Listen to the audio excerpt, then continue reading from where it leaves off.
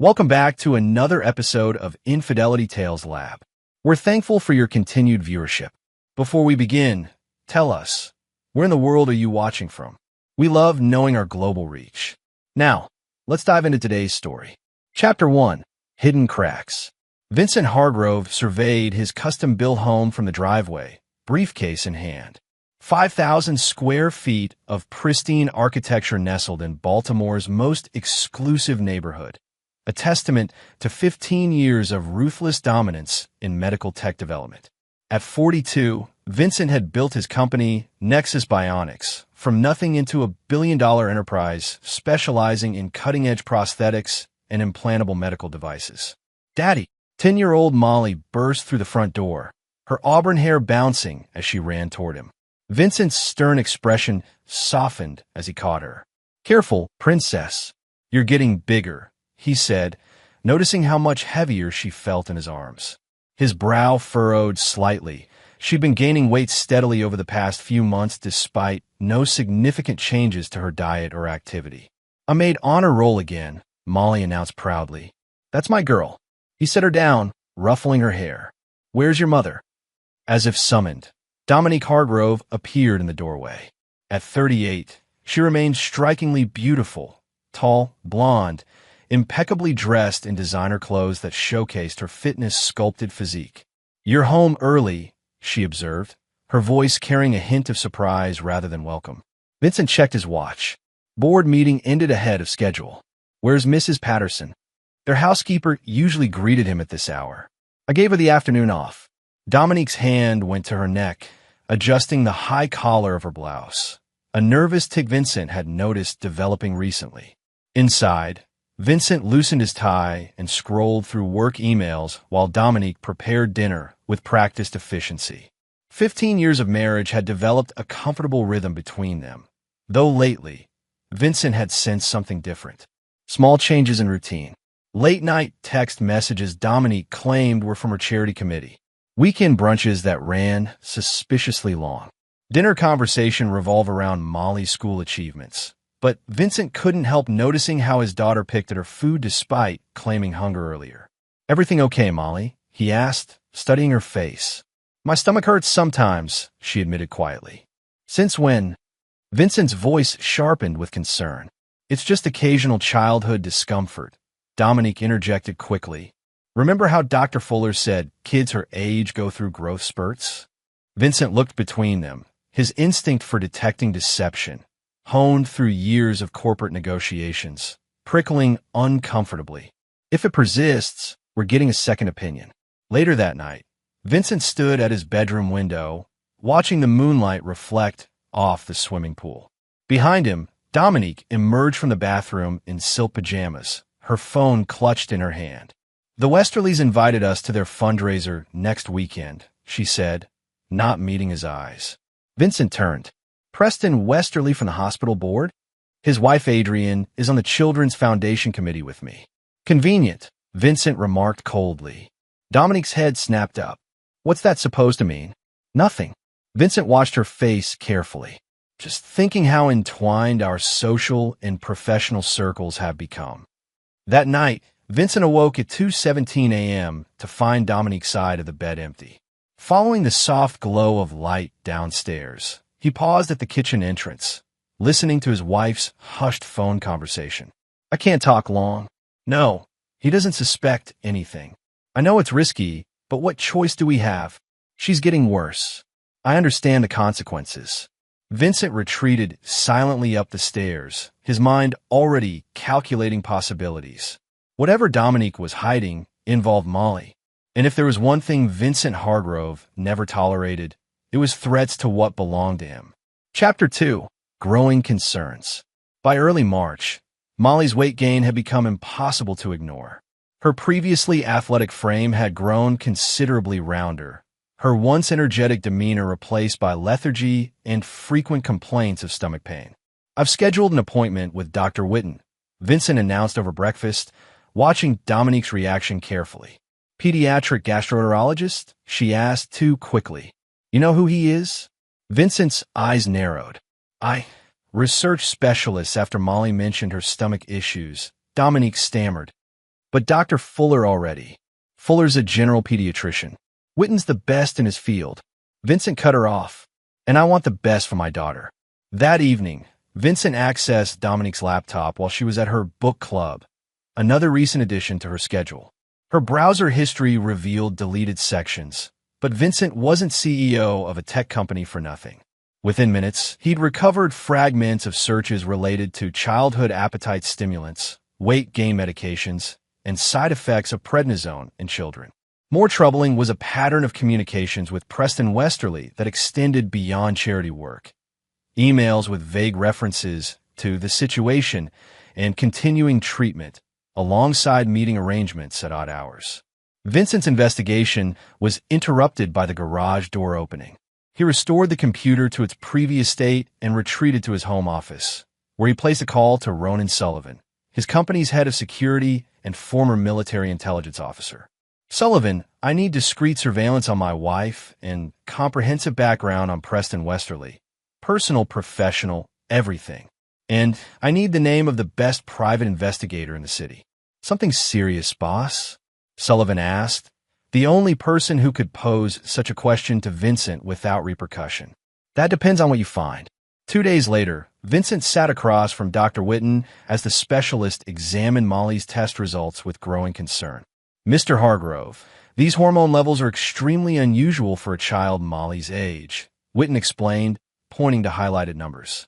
She's showing elevated cortisol, abnormal thyroid function, and several markers that suggest she's been exposed to multiple medications typically prescribed for adults. Meaning, Vincent's voice was dangerously quiet. Someone may be deliberately administering medications, causing these symptoms. Has Molly been taking any supplements? Anything given to her regularly? Vincent thought of the special vitamin smoothies Dominique had started making for Molly each morning. Possibly. We need to run additional tests. And frankly, this may require involving authorities if... Not yet, Vincent interrupted, his mind racing. Document everything, but I need time to handle this, privately. That evening, Vincent watched through the kitchen doorway as Dominique prepared Molly's bedtime snack, a special yogurt parfait she claimed helped with sleep. When Dominique stepped away to answer the door for a package delivery, Vincent quickly swapped the parfait with an identical one he'd prepared earlier, taking the suspicious food for testing. Later, after ensuring Molly was safely asleep, Vincent confronted Dominique in their bedroom. Preston Westerly, he said simply, watching her face drain of color. What's your relationship with him? He's a colleague, she responded weakly. Try again. Vincent's voice remained level, but his eyes had turned to ice. Phone records show 67 calls between you in the past month. His car has been photographed at the Lakeside Motel when you claimed to be at charity events. Want me to continue? Dominique sank onto the bed. It's not what you think. What I think, Vincent said, stepping closer, is that whatever you two are involved in has affected my daughter's health. And that, Dominique, is something I will never forgive. Chapter 3, Breaking Point. The laboratory results arrived via encrypted email the following morning. Molly's yogurt contained traces of multiple prescription medications, corticosteroids, appetite stimulants, and sedatives, a combination that explained her weight gain, lethargy, and stomach pain. Vincent's hands shook with barely controlled rage. Someone was poisoning his daughter, and all evidence pointed to his own wife. Sullivan's investigation had yielded more disturbing connections. Preston Westerly, beyond his position on the hospital board, was conducting unauthorized clinical trials on an experimental weight management protocol for children. His research funding had been quietly revoked 6 months ago for ethical violations, but evidence suggested he'd continued in secret. Vincent made 2 calls, first to his attorney to discuss custody proceedings, then to the private security team he'd assembled. By afternoon, surveillance equipment had been discreetly installed throughout the house. That evening, Vincent maintained a facade of normalcy, informing Dominique he'd be traveling for business the following day. Instead, he monitored the house remotely from a hotel 5 minutes away. The footage revealed Dominique meeting Westerly in the guest house at 11 a.m. Vincent watched with growing fury as they discussed increasing Molly's dosage and accelerating the timeline. The preliminary results are promising, Westerly said, reviewing data on his tablet. At this growth rate, she'll qualify for the trial's final phase in 3 weeks. But the side effects, Dominique protested weakly. She's in pain, Preston. Minor discomfort for groundbreaking research, Westerly dismissed. Think of the children will help once the protocol is approved. Your daughter is helping change medicine. And my stake in the pharmaceutical patent, Dominique asked, secured. Once Brightline Pharmaceuticals acquires my research, we'll both be very wealthy. Your husband's company might dominate prosthetics, but our drug will revolutionize childhood obesity treatment. Vincent had heard enough. He forwarded the footage to his attorney with instructions for immediate action and returned home unexpectedly, finding Dominique alone in the kitchen preparing Molly's lunch. Going somewhere? Vincent asked, noticing the partially packed suitcase in the hallway. Dominique jumped. Vincent, I thought you were in Chicago. Clearly, he replied coldly. Planning a trip with our daughter? Molly needs a change of scenery. The beach house would. Stop lying. Vincent's voice was deadly quiet. I know everything, Dominique. About Westerly, the medications, your plans for Molly. Dominique's expression hardened. You don't understand. This research will help thousands of children. Molly's temporary discomfort serves a greater purpose. You've been poisoning our daughter for profit, Vincent growled, advancing toward her. It's not poison. Dominique snapped. It's control medication under a doctor's supervision. A doctor conducting illegal trials on children, Vincent corrected. Tell me, how much is our daughter's health worth? What's your cut of the patent? Dominique's silence confirmed his worst suspicions. I've already contacted my attorney, Vincent continued. You'll be served with divorce papers tomorrow. As for custody, you can't prove anything, Dominique interrupted. It's my word against yours, and no judge will separate a mother from her child based on unsubstantiated accusations. Vincent smiled coldly. That's where you're wrong.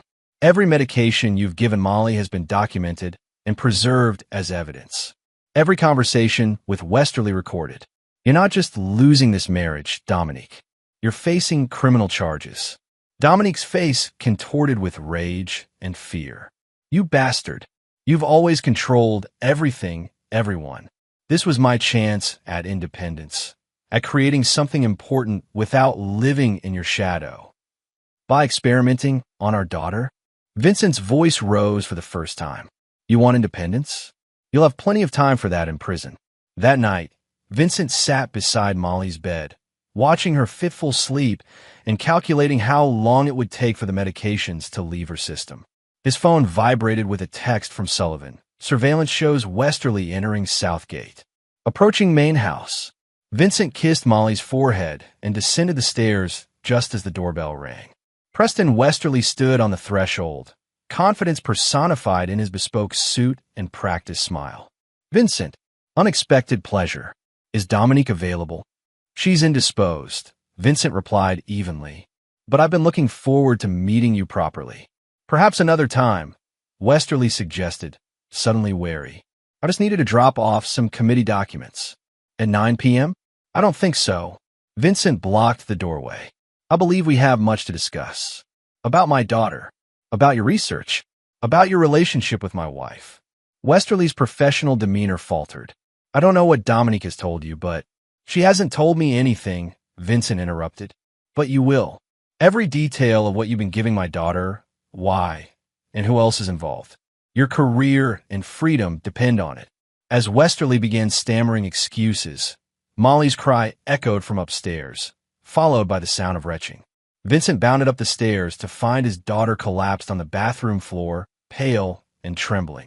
Daddy, she whispered, I don't feel good. Vincent gathered her into his arms, his heart pounding as he felt her burning forehead. Call 911, he shouted downstairs, not caring whether Westerly or Dominique responded. As the ambulance sirens approached, Vincent cradled his semi-conscious daughter, whispering, Hold on, princess. I'll fix this. I promise. Chapter 4. Emergency. The emergency room erupted into controlled chaos as Vincent burst through the doors carrying Molly, her small body limp in his arms. Medical staff swarmed around them, voices urgent but professional as they transferred her to a gurney. 10-year-old female, presenting with sudden onset vomiting, fever, and altered consciousness. The intake nurse rattled off as a doctor rushed forward. She's been experiencing weight gain, stomach pain, and lethargy for months, Vincent added, his usually commanding voice tinged with desperation. She may have been given medications without proper medical supervision. Dr. Laurel Thornfield, the attending physician, shot him a sharp look. What medications? Corticosteroids, appetite stimulants, possibly sedatives. I had samples tested yesterday. Vincent handed over a flash drive. The full lab report is here. Dr. Thornfield's expression darkened as she scanned the information on her tablet. This is consistent with medication poisoning. We need a full tox screen, comprehensive metabolic panel, and liver function tests immediately. And page pediatric intensive care. As they wheeled Molly away, Vincent caught her small hand. I'll be right here, princess. You're going to be okay. In the waiting area, Vincent paced like a caged predator, ignoring the calls flooding his phone from Dominique. Sullivan materialized beside him, his presence solid and reassuring. Boss, Westerly tried to flee after the ambulance left. My team is holding him at the house until police arrive. And Dominique? Also contained. She's demanding lawyers. Vincent nodded grimly. Keep them separated. I want full surveillance on both. If either attempts to contact anyone besides attorneys, I want to know immediately. Hours passed in agonizing slowness. Around midnight, Dr. Thornfield approached, her face grave. Mr. Hargrove, Molly's condition is critical but stabilizing. She's experiencing acute adrenal crisis. Her body's reaction to the abrupt withdrawal of corticosteroids that were apparently being administered regularly, combined with what appears to be an overdose within the last 24 hours. Vincent's blood ran cold. Overdose. The levels in her system are consistent with someone giving her significantly more than the previous doses. Without intervention, it could have been fatal. The implication hit Vincent like physical blow. After their confrontation, Dominique must have given Molly a larger dose, either in panic or deliberate malice. We're implementing appropriate treatment protocols, Dr. Thornfield continued. But Mr. Hargrove, I've had to notify Child Protective Services and the police. Deliberate medication poisoning of a child is a criminal matter. I understand. I want the people responsible prosecuted to the fullest extent, Vincent replied, his voice hard. When can I see her? She's being settled in pediatric ICU. A nurse will take you shortly. But sir, Dr. Thornfield hesitated. Given the circumstances, an officer will need to speak with you as well.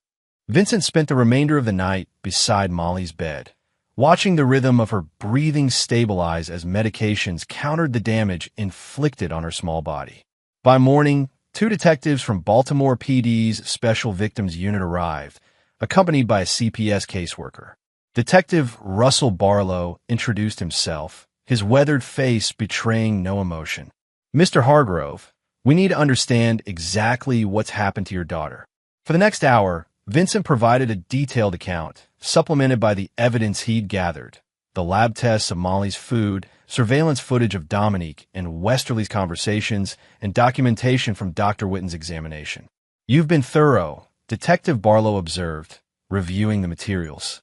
Most parents in your situation wouldn't have the presence of mind or resources to collect this kind of evidence. I protect what's mine, Vincent stated simply. The CPS caseworker, Ms. Daniels, leaned forward. Mr. Hargrove, we need to establish a safety plan for Molly upon discharge. Given the allegations against her mother, my daughter will remain exclusively in my custody, Vincent interrupted. I've already filed emergency papers through my attorney. Nevertheless, we'll need to conduct our own investigation, Ms. Daniels persisted. Investigate all you want, Vincent responded coldly. But my daughter doesn't leave my sight. As morning stretched into afternoon, Molly's condition improved enough for her to regain consciousness. Her first words were confused. Daddy? Where's Mom? Vincent stroked her hair gently.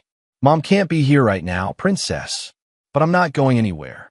Molly's eyes filled with tears. It was the special smoothies and snacks, wasn't it? The ones that were supposed to make me stronger and healthier. What do you mean, Molly? Vincent asked carefully, aware that Detective Barlow had quietly entered the room. Mom and Dr. Preston said I was special, that I was helping other kids by taking the special medicine. Molly explained, her voice small. But it made my tummy hurt, and I kept getting bigger even though I wasn't eating more. When I told Mom I wanted to stop, she said, her voice faltered. What did she say, sweetheart? Vincent encouraged gently. She said, sometimes we have to do hard things for the greater good. That the medicine would help thousands of children someday, and I should be proud. Molly's face crumpled. But I didn't want to take it anymore, Daddy.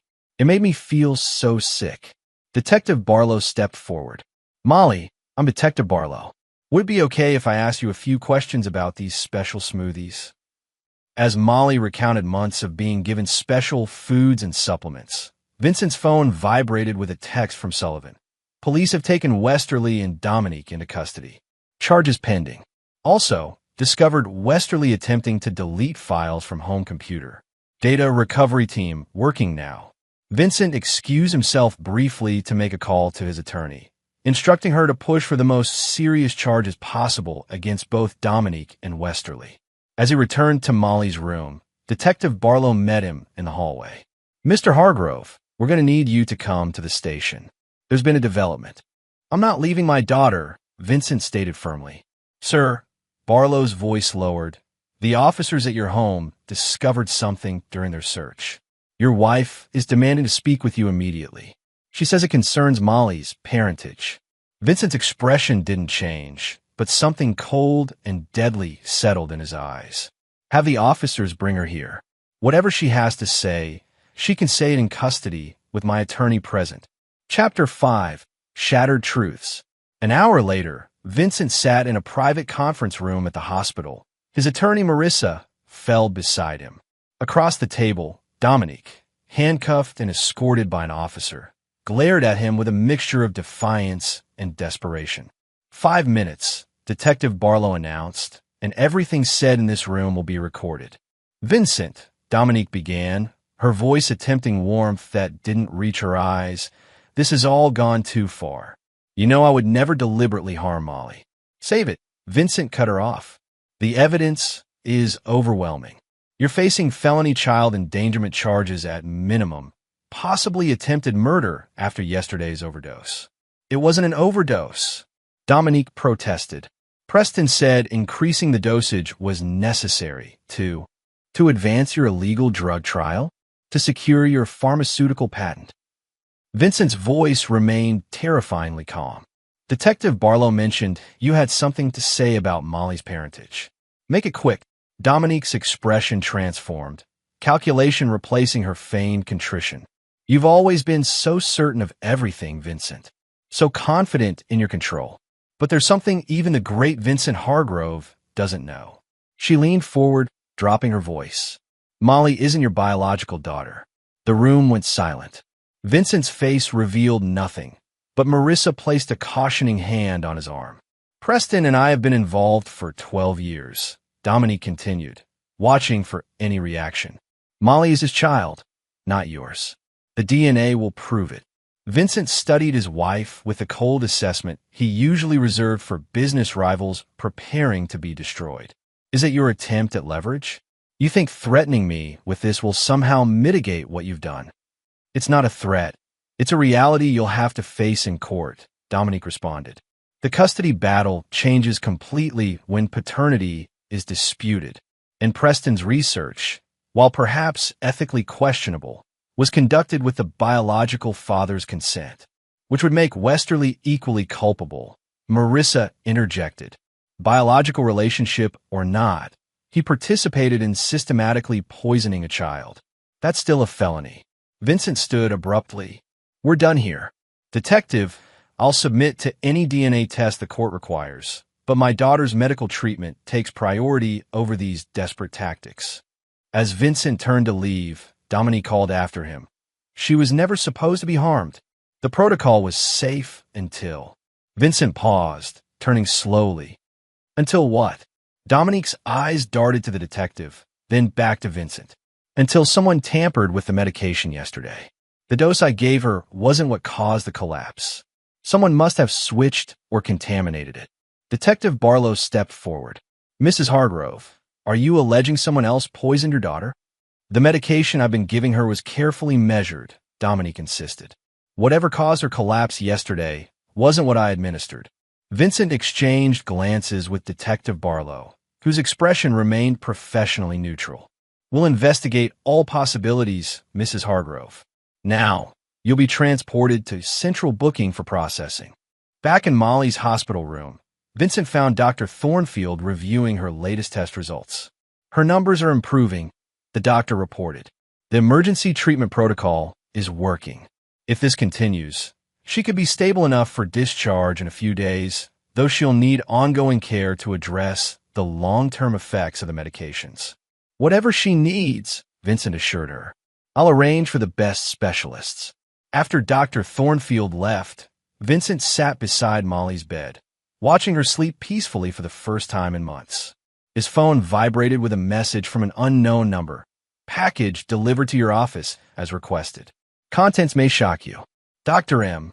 Vincent recognized the cryptic signature of Dr. Meera Agarwal, the forensic toxicologist he'd engaged privately to analyze the medications found in Molly's system. Whatever she'd discovered had been significant enough to warrant special handling. As evening approached, Detective Barlow returned with news. Mr. Hargrove, we've spoken with the district attorney. Based on the evidence in Molly's statement, they're charging both your wife and Dr. Westerly with first-degree child endangerment, conspiracy to commit fraud, practicing medicine without proper consent, and related charges. And the overdose? Vincent asked pointedly. We're still investigating that aspect, Barlow replied carefully. The timing coincides with your confrontation with Mrs. Hargrove, which suggests possible intentional harm, but we need conclusive evidence. After Barlow left, Vincent called Sullivan. I need you at the hospital now. It's time to accelerate our contingency plans.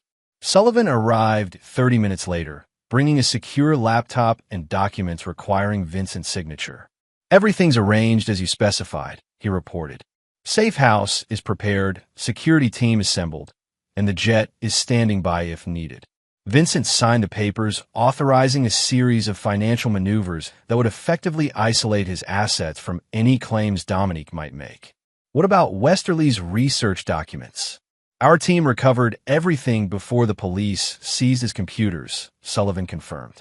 The data shows they've been running unauthorized trials on at least 7 other children, all with fabricated parental consent forms. Brightline Pharmaceuticals was prepared to pay millions for the protocol once it showed successful results in pediatric subjects. And the parents? Mostly single mothers in financial distress. Westerly offered them cash payments, disguised as study participation stipends. Vincent processed this information coldly. Contact those families anonymously. Make sure they have everything they need to pursue their own legal action against Westerly and Brightline. Sullivan nodded, then hesitated. Boss, about Mrs. Hargrove's claim regarding Molly's paternity. Already handling it, Vincent cut him off. Whether it's true or not is irrelevant. Molly is my daughter in every way that matters. That night, as Molly slept under the watchful eye of a private nurse Vincent had hired, he slipped away to his company headquarters. In his office, he found the package Dr. Agarwal had sent, a sealed forensic envelope and detailed report. The findings confirmed his suspicions. The medication that had caused Molly's collapse contained concentrated amounts of the original drugs, but also traces of a compound typically used in specialized research, a compound manufactured exclusively by a subsidiary of Brightline Pharmaceuticals. More damning was the timing.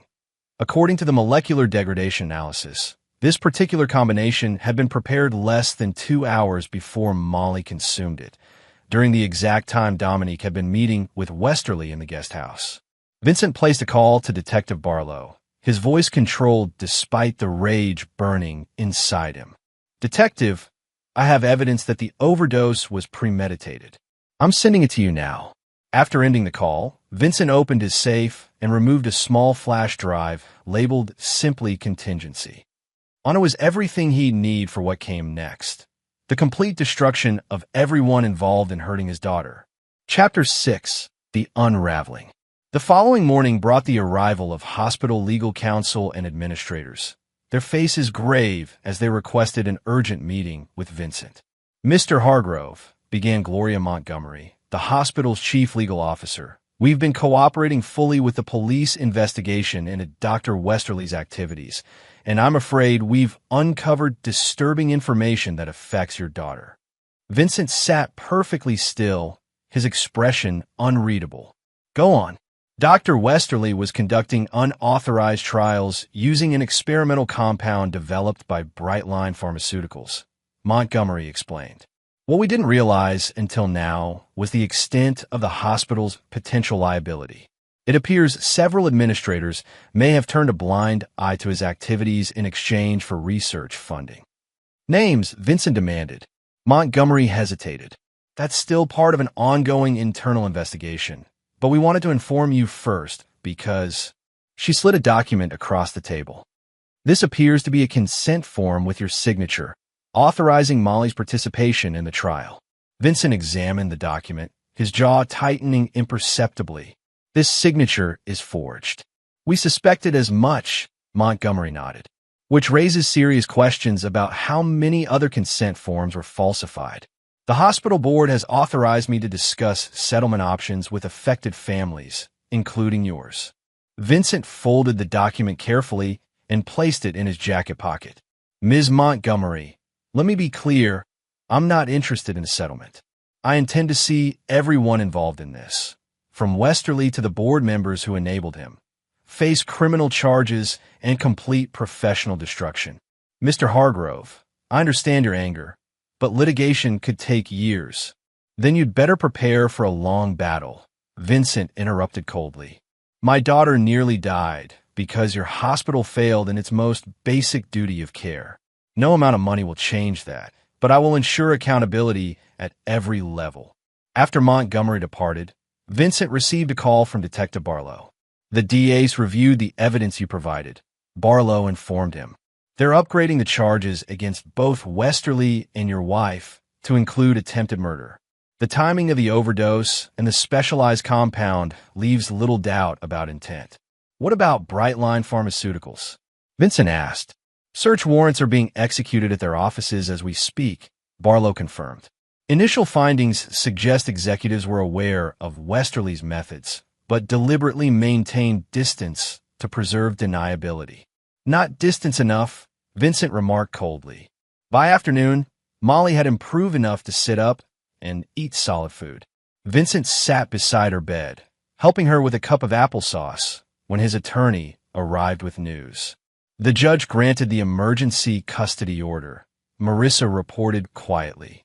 "You have sole legal and physical custody pending the outcome of the criminal proceedings. Dominique's being denied bail due to flight risk and the severity of the charges." "And the paternity issue?" "The court has ordered DNA testing, but regardless of the outcome, her parental rights are likely to be terminated given the circumstances." Marissa hesitated. "Vincent, have you considered how you'll handle this with Molly if Westerly is her biological father?" Vincent finished, his voice low to avoid Molly overhearing. "Nothing changes. She's my daughter, period.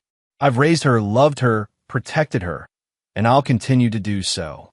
That evening, as Molly slept, Vincent received a visit from Adrienne Westerly, Preston's wife. Elegant, even in distress, she requested a private conversation. "I had no idea what Preston was doing," she began once they were alone. "The police have seized everything, our accounts, properties, even my personal belongings as potential evidence. I'm not sure what you expect from me, Mrs. Westerly," Vincent replied coolly. "Information," she said simply. "The police aren't telling me anything. Preston won't speak to me. I need to understand what happened."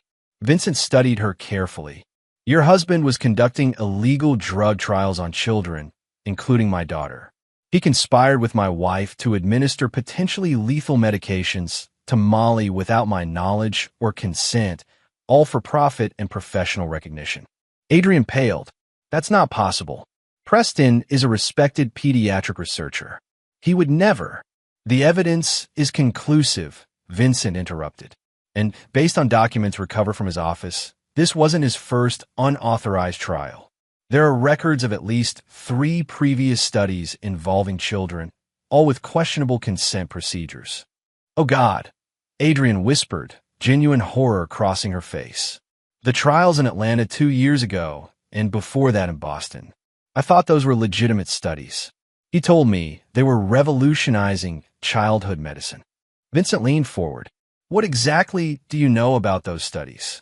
"Only what Preston shared, that they were developing targeted treatments for childhood obesity and related conditions." He was so proud of the results. Her voice faltered. There were complications with some patients, but he said that was normal in clinical research. "Complications," Vincent repeated flatly.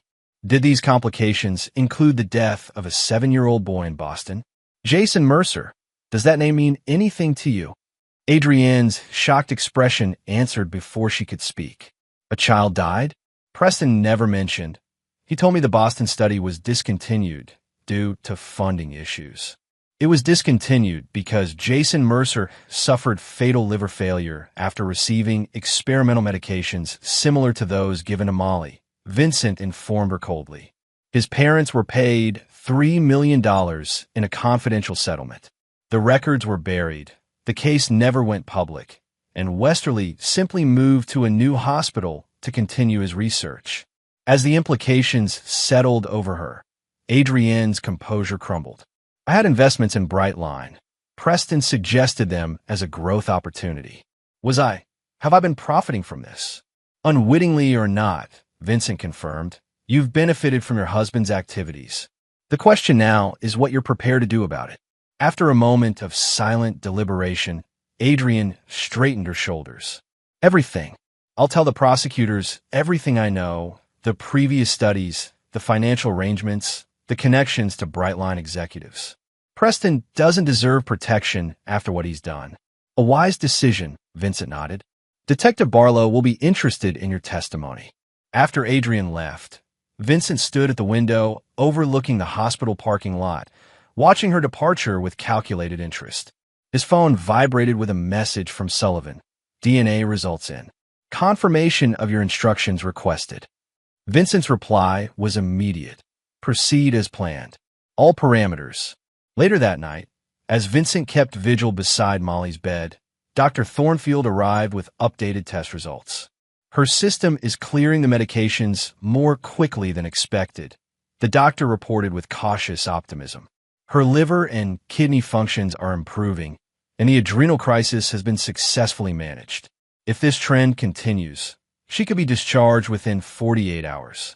To recover where?" Vincent asked. "Our home is still partially a crime scene." "I understand you've made alternative arrangements?" Dr. Thornfield inquired. Vincent nodded. "A private property with full medical facilities and security. My team is preparing it now." As morning approached, Vincent received the call he'd been anticipating.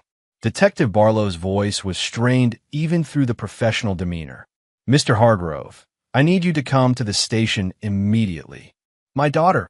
"This can't wait," Barlow interrupted. "It concerns your wife.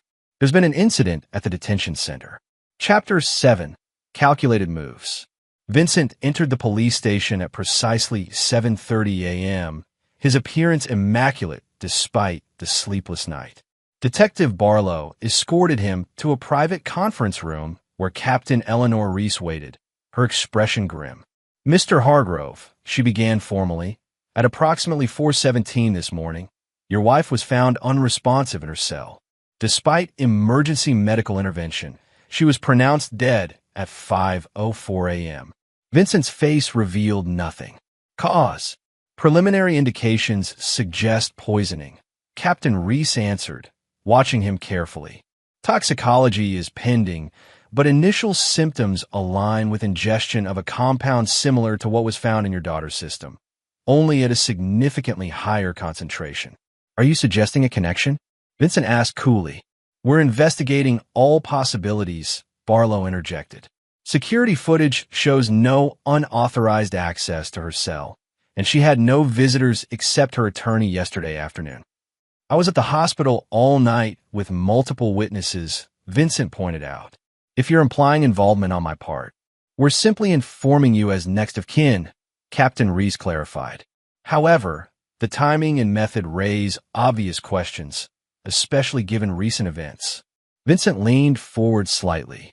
Captain, my wife conspired to poison my daughter for profit. She betrayed our family in the most fundamental way possible. While I won't pretend to mourn her death, I had nothing to do with it. After answering further questions with practiced precision, Vincent was permitted to leave. Outside the station, Sullivan waited with the car. Everything is proceeding as anticipated, Sullivan reported once they were moving. The safe house is fully prepared. Medical staff have been vetted and secured, and the other matter has been addressed. Vincent nodded. And Westerly, being transferred to county detention this morning following his arraignment. Bail was denied. His reaction to the news about Dominique? Sullivan allowed himself a small smile. Complete breakdown. Demanded protective custody, claiming he'd be next. Perceptive of him, Vincent remarked coldly. Back at the hospital, Vincent found Molly awake and significantly improved. Some color returned to her cheeks as she watched cartoons on the room's television. Daddy, she brightened when he entered. Dr. Thornfield says I might go home soon. Vincent sat beside her, taking her small hand in his. Not home just yet, princess. We're going to stay somewhere special while you finish getting better. A beautiful house by the lake with your own nurse to help you. What about Mom? Molly asked hesitantly. Is she still in trouble? Vincent had prepared for this question, knowing honesty, measured and age-appropriate, was necessary. Molly, something very serious has happened. Your mother became very ill last night, and the doctors weren't able to help her. She's passed away. Molly's eyes widened, tears forming immediately. Mom died? Yes, sweetheart. Vincent gathered her gently into his arms. I'm so sorry. Was it because of this special medicine? The one she and Dr. Preston were giving me? Molly's perception startled him. The police are still figuring that out, Vincent answered carefully. But what's most important now is taking care of you and helping you get better. As Molly processed this information with the complex emotions only a child could experience, grief tangled with confusion and the lingering hurt of betrayal, Vincent held her, providing the stability she desperately needed. Later that afternoon, Dr. Thornfield approved Molly's discharge plan, impressed by the comprehensive medical arrangements Vincent had prepared. You've thought of everything, she observed, reviewing the documentation. The private nursing staff, physical therapy, psychological support. It's exactly what Molly needs for recovery. I protect what's mine, Vincent replied simply. As they prepared for departure, Marissa arrived with updates on the legal proceedings. Brightline Pharmaceuticals executives are being indicted, she reported. The evidence recovered from Westerly's computers in their offices was damning. They knew exactly what he was doing and bankrolled it specifically to circumvent proper clinical trial procedures. And the hospital board members who looked the other way? 3 have resigned already. The hospital is cooperating fully, eager to avoid the public relations disaster and potential criminal charges. Marissa hesitated. There's something else. The DNA results came back. Vincent maintained his composure. And Westerly is not Molly's biological father. Marissa studied his reaction carefully. You are. For the briefest moment, something almost like relief flickered across Vincent's face before his usual control reasserted itself. Dominique's final attempt at leverage, then, unsuccessful like all her others. There's more, Marissa continued. The medical examiner completed the preliminary autopsy on Dominique. The substance that killed her was a concentrated form of the experimental compound from Westerly's research, administered in what appears to be a self-injection. They found a syringe in her cell with her fingerprints exclusively. Suicide, Vincent stated flatly. That's the working theory, yes. Possibly out of remorse, or fear of facing the consequences. Marissa paused. The investigation remains open, but given the evidence, a fitting end, Vincent remarked coldly. She lived by these poisons and died by them. By evening, Vincent and Molly were settled in the lakeside property, an expansive, secluded estate with state-of-the-art security and medical facilities installed in a converted guest wing. As Molly slept under the watchful eye of her private nurse, Vincent received an encrypted call from Sullivan. Phase 2 is complete, Sullivan reported cryptically. Westerly's attorney received the complete documentation packet as arranged. The Boston case files, the Atlanta victims, everything. His reaction? Immediate meeting with prosecutors. He's offering full cooperation in exchange for placement in protective custody and consideration during sentencing. Let him talk, Vincent instructed. Once he's implicated everyone involved at Brightline and the hospital, we move to Phase 3. Over the next 2 weeks, Molly's recovery progressed steadily.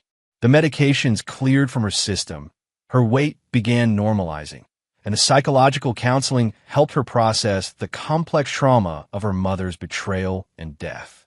Vincent worked remotely, dividing his time between company operations and orchestrating the systematic destruction of everyone connected to Westerly's research. Each day brought new developments. Brightline stock plummeted as executives were arrested.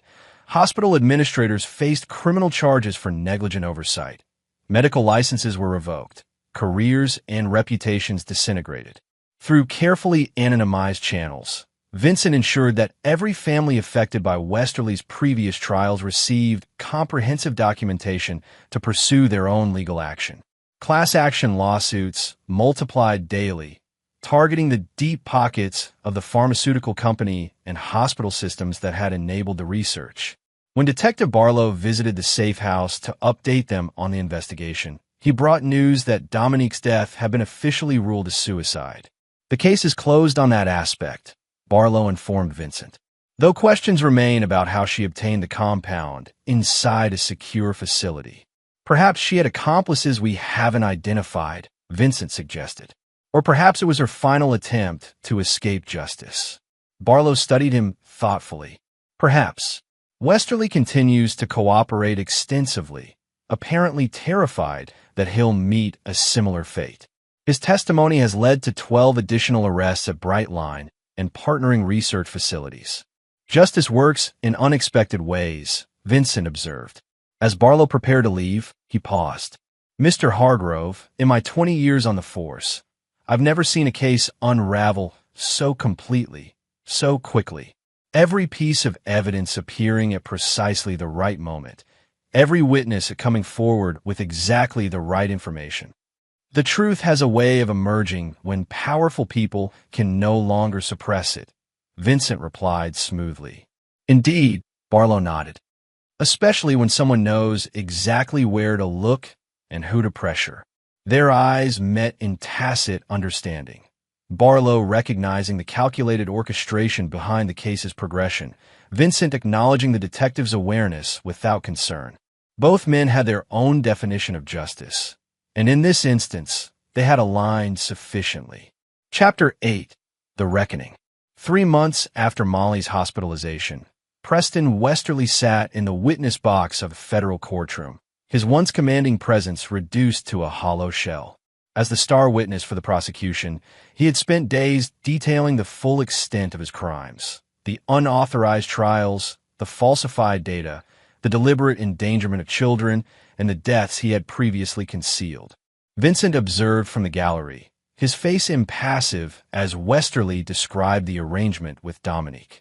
Mrs. Hargrove approached me initially, Westerly testified, after a fundraising event where I discussed my research.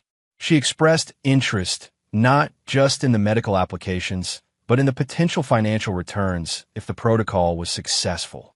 She suggested Molly as a test subject, claiming the child had been showing early signs of metabolic issues that made her an ideal candidate.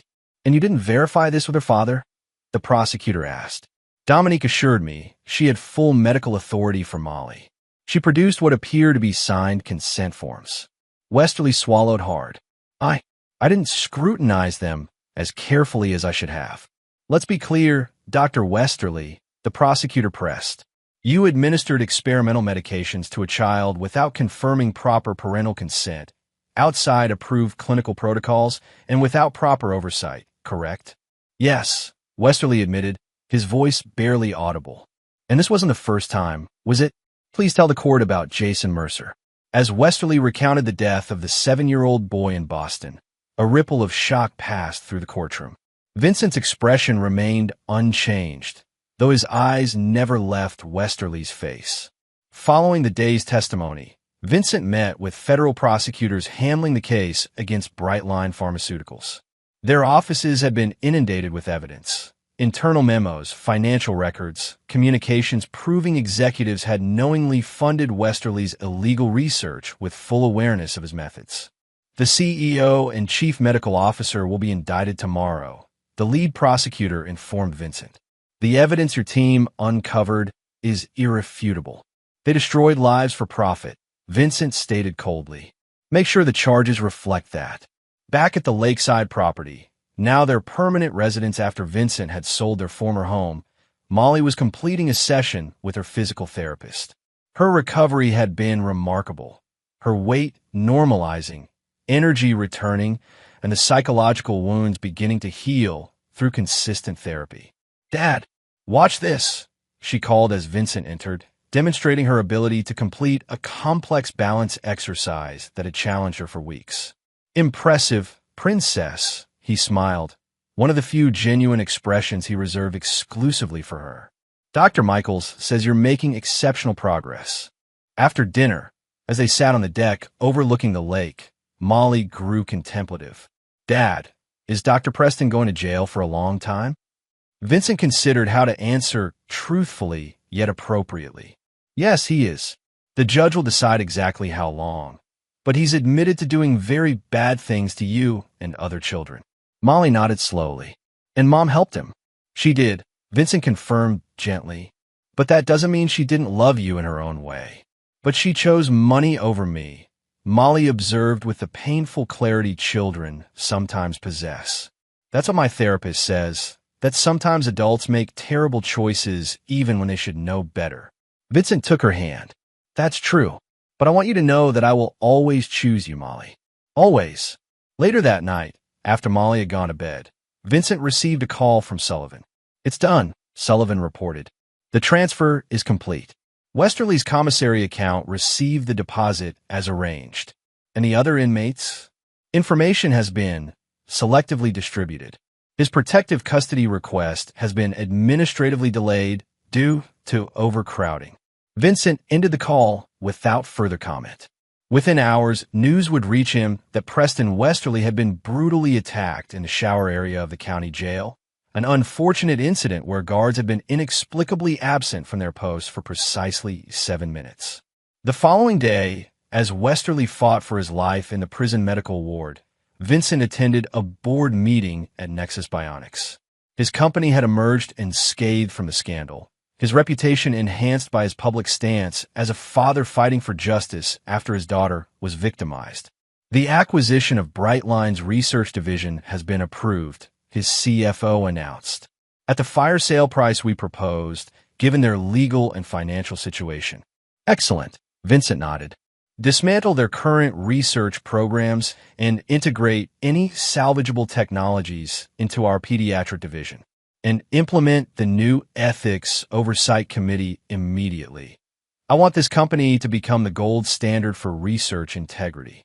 After the meeting, Vincent's private investigator delivered a final report on the remaining loose ends, individuals tangentially connected to Westerly's schemes who had thus far avoided prosecution. The hospital administrator who approved the initial research space allocation has resigned and relocated to Arizona, the investigator detailed.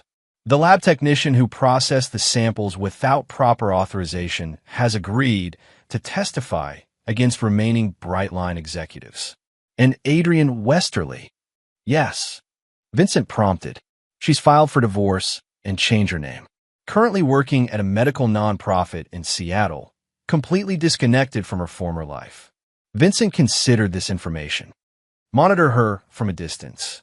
No direct action unless she attempts to profit from her connection to this case." With methodical precision, Vincent had orchestrated the complete dismantling of everyone involved in harming Molly, from Dominique's suspicious death to Westerly's prison accident, from Brightline's corporate implosion to the professional destruction of every enabler. not through impulsive revenge, but through a carefully calculated series of legal maneuvers, strategic information releases, and occasionally, more direct interventions that could never be traced back to him. That evening, as he helped Molly with her science homework, his phone buzzed with a news alert. Preston Westerly had died from complications of his injuries, never having regained consciousness after the attack. Molly noticed the subtle shift in her father's expression. "Is everything okay, Dad?" Vincent set the phone aside. "Everything's fine, Princess. Just work news." He pointed to her assignment. "Now, tell me more about these cell structures you're studying." Chapter 9. New Foundations. 1 year after Molly's hospitalization, Vincent stood at the podium in the grand ballroom of Baltimore's finest hotel, addressing the assembled guests at the inaugural gala for the Hargrove Foundation for Medical Ethics and Child Protection. "We gather tonight not merely to launch a foundation," he began, his commanding presence drawing complete attention, "but to transform how medical research involving children is conducted, monitored, and regulated. What happened to my daughter and other children victimized by unethical practitioners cannot be allowed to happen again." The audience, comprising medical professionals, lawmakers, pharmaceutical executives, and victims' families, listened intently as Vincent outlined the Foundation's ambitious initiatives: independent oversight of pediatric clinical trials, legal advocacy for affected families, scholarships for ethics in medicine, and a whistleblower program that had already exposed 3 unauthorized research operations across the country. "From tragedy, we forge purpose," Vincent concluded. "From betrayal, we build safeguards. And from the darkest chapter of my family's life, we create a legacy of protection for all children." The applause was thunderous, particularly from the families seated in the front row. Parents whose children had been previous victims of Westerly's experiments, now finding justice and purpose through Vincent's methodically constructed support network. Following the speech, Vincent navigated the crowd with practiced ease, accepting congratulations and pledges of support. Among the attendees was Detective Barlow, now promoted to captain following his role in the Westerly case. "Impressive operation you've built," Barlow observed, gesturing to the Foundation's elaborate displays around the ballroom. "From victim to advocate in record time. Sometimes the most effective advocates are those who understand the cost of failure firsthand," Vincent replied. Barlow's expression turned contemplative. "You know, the investigation into Dominique Hargrove's death was never quite satisfactory to me. Too many convenient coincidences. Tragic events often involve coincidences, Captain. That's what makes them seem meaningful in retrospect." "Indeed," Barlow nodded slightly. "Just as it's coincidental that everyone who participated in harming your daughter has met with professional ruin, personal destruction, or death." Vincent met his gaze steadily. "Justice works in mysterious ways." "So it seems." Barlow extended his hand. "Congratulations on the Foundation, Mr. Hargrove.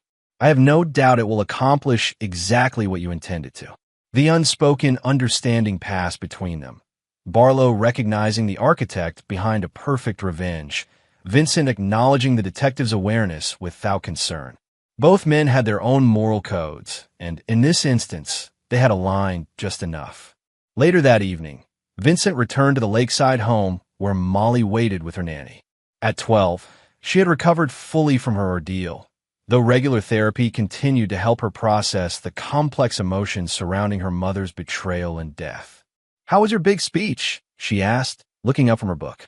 "Successful," Vincent smiled, sitting beside her. "The Foundation raised over $10 million tonight. That's a lot of kids you'll be able to help," Molly observed thoughtfully. "Mom would have liked that part, I think. Not the way it happened, but that something good came from it." Vincent studied his daughter's face, seeing her remarkable resilience. Despite everything, she had found a way to reconcile the mother who had loved her with the woman who had betrayed her, a complexity Vincent himself had never attempted to resolve regarding Dominique. "Perhaps," he allowed, neither confirming nor contradicting Molly's attempt to find meaning. "Dad," Molly hesitated. "Miss Chambers asked us to write about heroes for English class. I wrote about you." "Me?"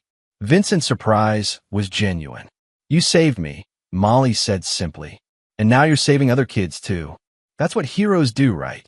Vincent embraced her, this child who had somehow retained her capacity for love and hope despite experiencing betrayal by those meant to protect her. In that moment, he allowed himself to acknowledge what had driven his methodical campaign of destruction. Not merely vengeance, but a fierce, primal need to protect what was his. The following morning, Vincent reviewed the final report from Sullivan on the remaining loose ends. Adrienne Westerly had maintained her new identity successfully, showing no signs of capitalizing on her connection to the case. The last of Brightline's executives had accepted a plea deal, ensuring the company's complete dismantling. And the hospital board members who had enabled Westerly had been permanently barred from medical administration. Is that everything? Vincent asked. One last item, Sullivan reported. The DNA samples from the paternity test, the ones showing you as Molly's biological father. Vincent's expression revealed nothing. What about them? They've been permanently sealed in the court records, as requested. No possibility of future examination or comparison. Vincent nodded slightly. Then we're truly finished. The complete erasure of everyone who threatened my family. Sullivan, who had orchestrated many of the coincidences that had befallen Westerly and his accomplices, understood the unspoken reality. The DNA results that had so conveniently confirmed Vincent as Molly's biological father had been as meticulously arranged as every other aspect of his revenge.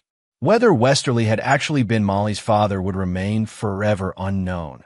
Vincent had ensured that truth, like so many others, was permanently obscured beneath layers of manufactured evidence and strategic intervention. In his world, reality was what he determined it to be, and he had determined that Molly was his daughter in every way that mattered. That afternoon, Vincent took Molly sailing on the lake, watching her laugh as she handled the small craft with growing confidence. Can we invite Zoe next time? She asked, referring to a friend from her new school. Her dad used to sail, but they don't have a boat anymore.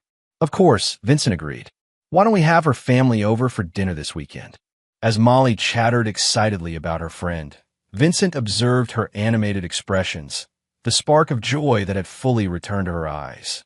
The child who had collapsed a year ago, poisoned by those meant to protect her, had been replaced by this vibrant, resilient girl, still bearing emotional scars, but healing and thriving under his protection.